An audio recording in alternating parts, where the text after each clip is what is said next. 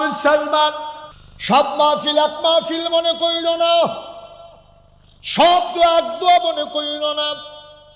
34 বছর মুশতাক ফয়েজি বাংলাদেশে মাহফিল করে। আমি রুমে বসে ইকবাল ভাইকে বলেছিলাম, চান্দিনার মতো এত মাহফিল আমি কোনো উপজেলায় করি নাই। খুব কম গ্রাম বাকি আছে যেখানে আমি মাহফিলে যাই নাই।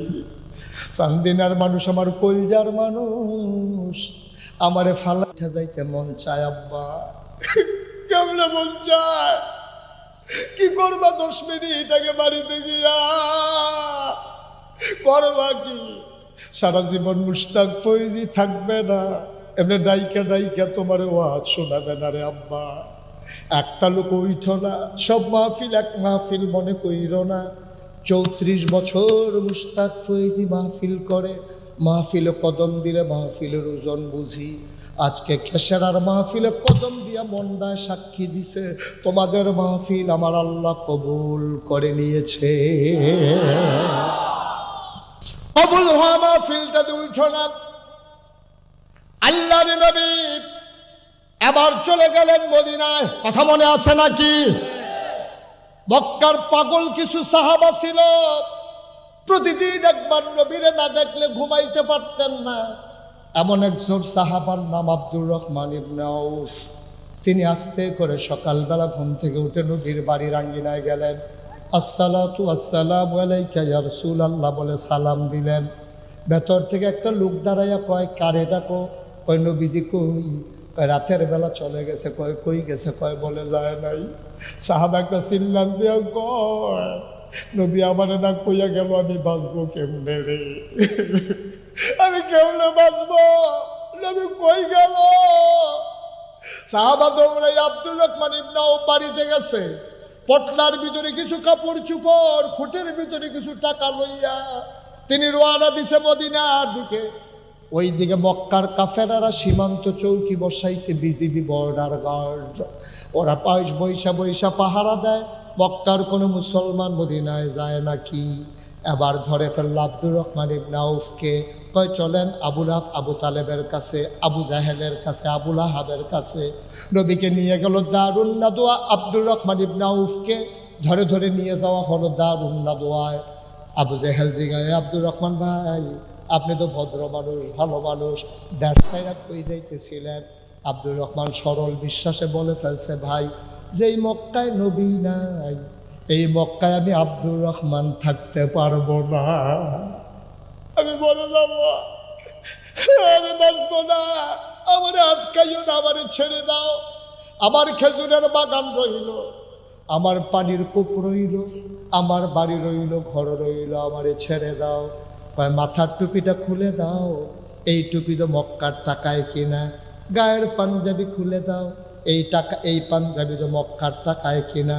মক্কার টাকায় কেনা পাঞ্জাবি টুপি মাথায় দিয়া যাওয়া যাবে না, যাওয়া যাবে না, যাওয়া যাবে না। আহ আহ কি করলেন এটা আপনি? বসানো নাকি? বসান। সি সি সি সি সি লা হাওলা ওয়ালা কুওয়াতা ইল্লা বিল্লাহ। বসো। আবার ইশারা দাও, সময় বুঝে না কিচ্ছু না।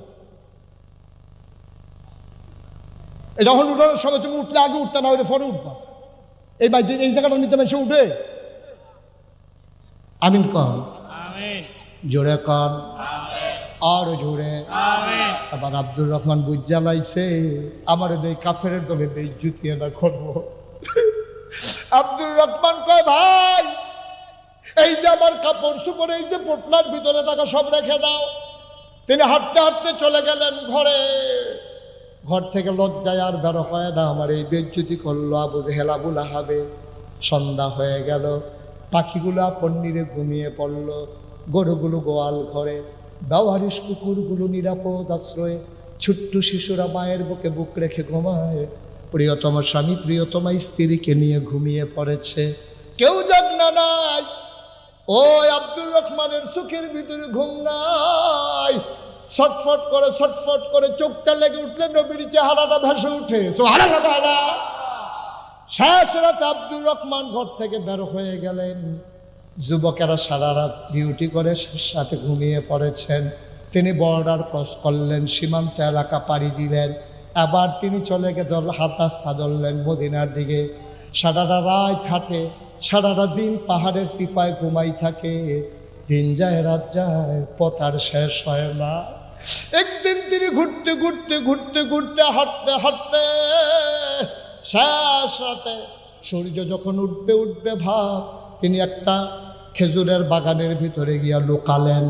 তিনি হঠাৎ করে কান পেতে শুনলেন কে যেন মিনার থেকে কয়, আসসালাতু খায়রুম মিনান নাওম, আসসালাতু খায়রুম মিনান নাওম।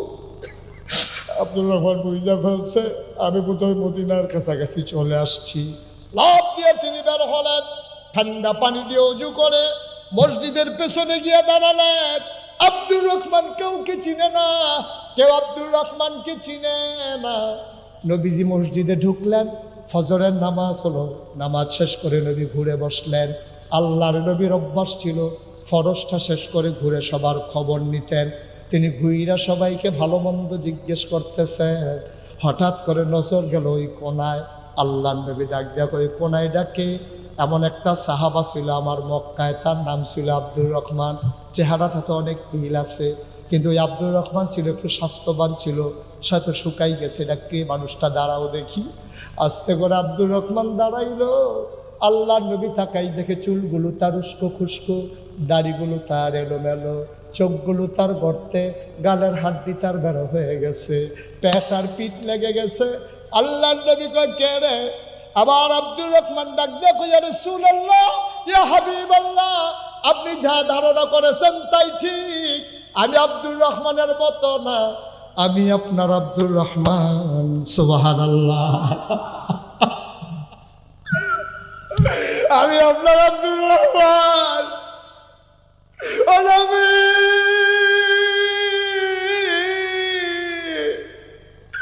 আপনি কেমন আমারে ফালাইয়া চলে আসলেন? আমি ঘুমাইতে যাই, ঘুমাইতে পারি না। আমি খাইতে যাই, খাইতে পারি না। আবু জাহেল আমার পাঞ্জাবি, আমার টুপি, আমার টাকা রাইখা দিছে। আমার অন্যায়টা কি? আমি কি অন্যায় করছিলাম? আমার কলজায় বলে লাগলো।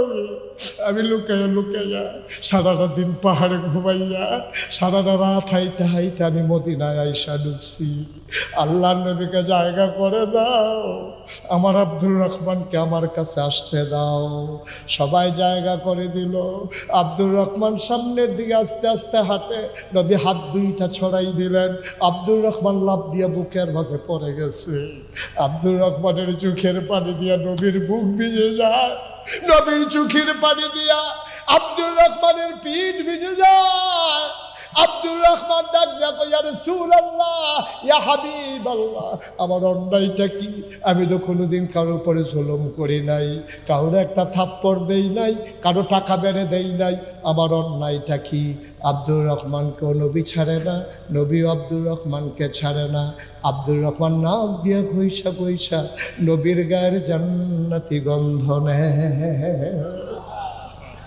কবে থেকে নবীকে ধরি না, কবে থেকে ধরি না নবীকে।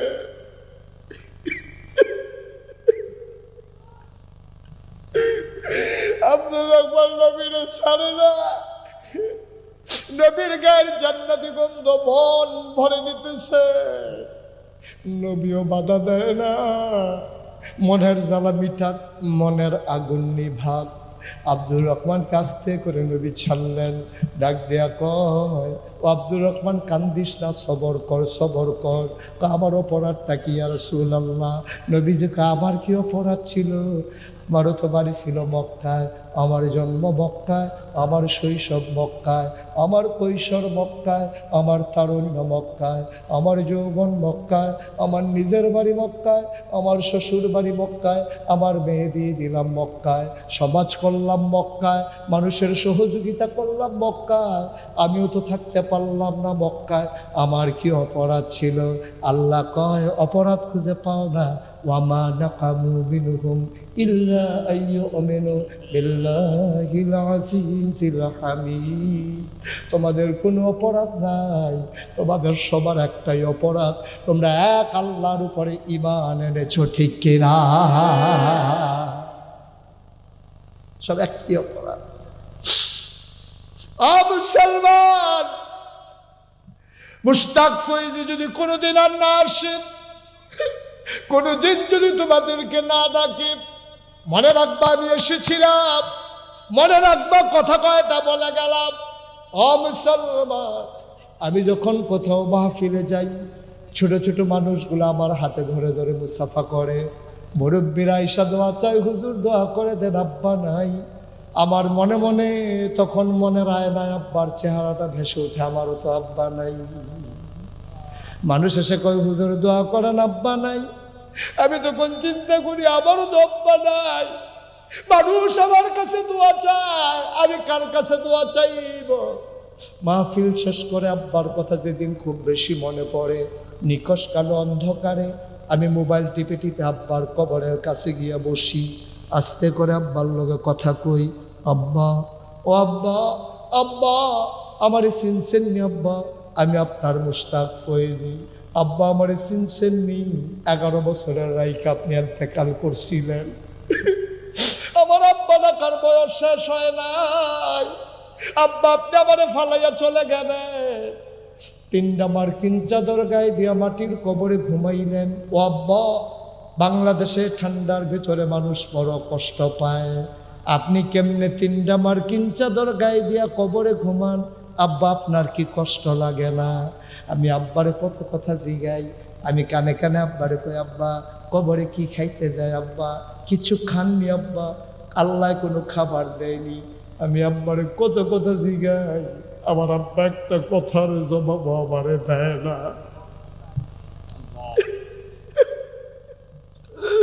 আমি কাঁদতে কাঁদতে বিছানায় যাই, আমি ঘুমাইতে যাই, আমি ঘুমাইতে পারি না।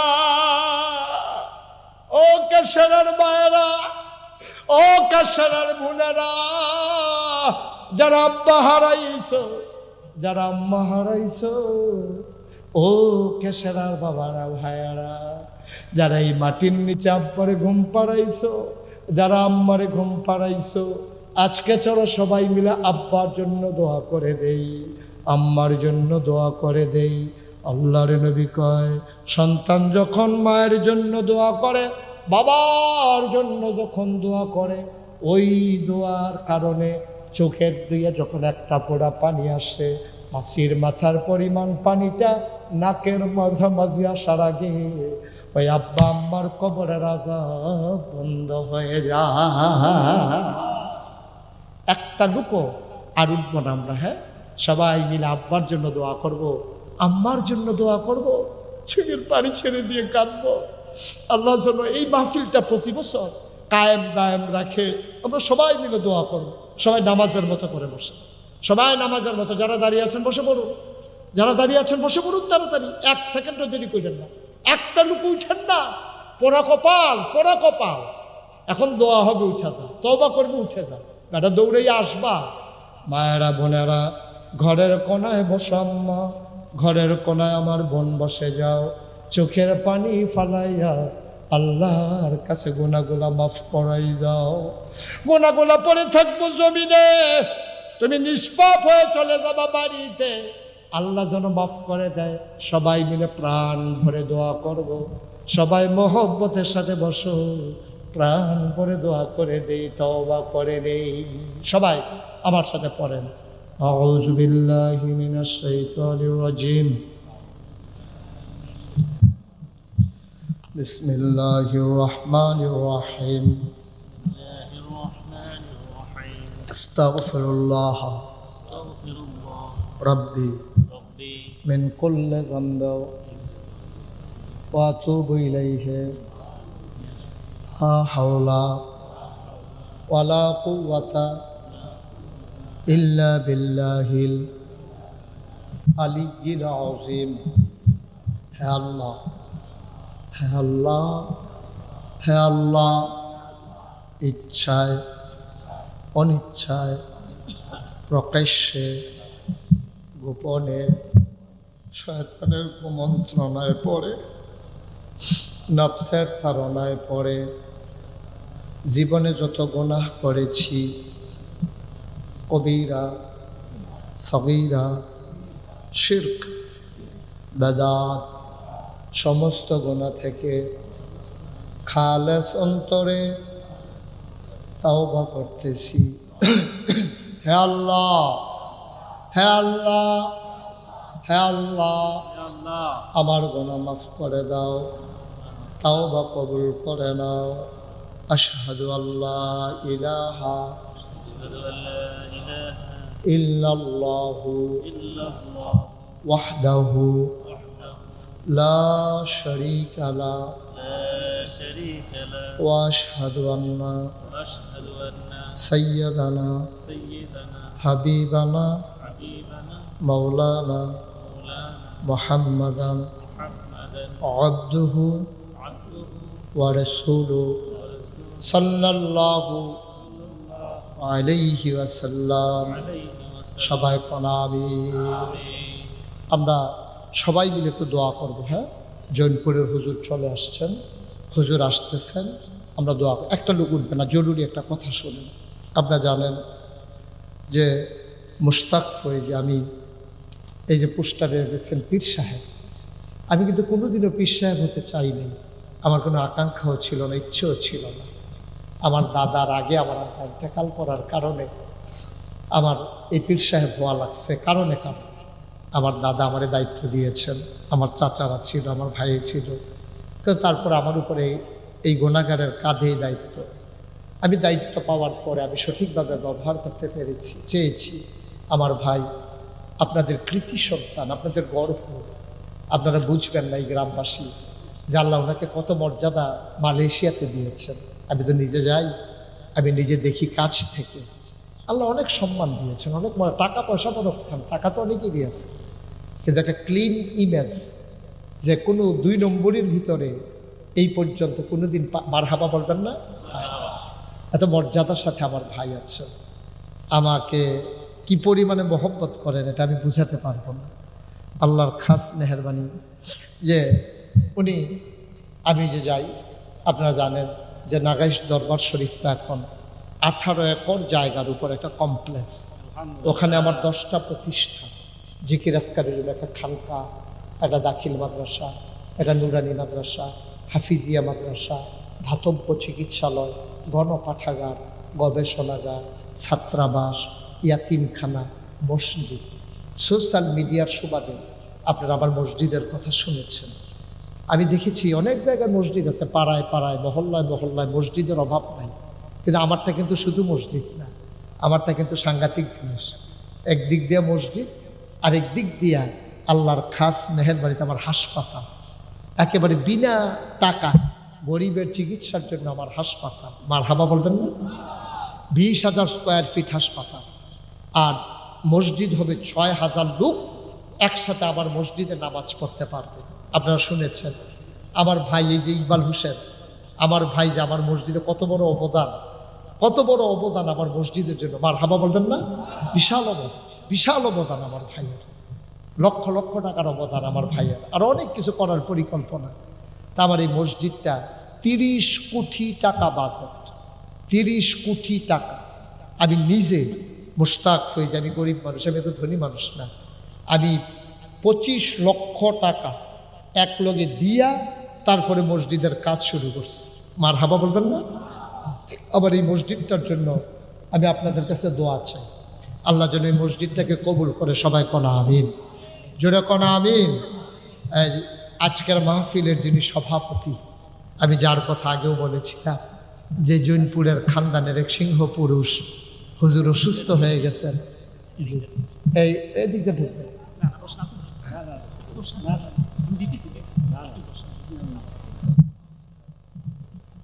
আসেন, হুজুর আসেন। হুজুর তো অসুস্থ হয়ে গেছে, খালি খবর পাই। জি, ইকবাল ভাই বসেন।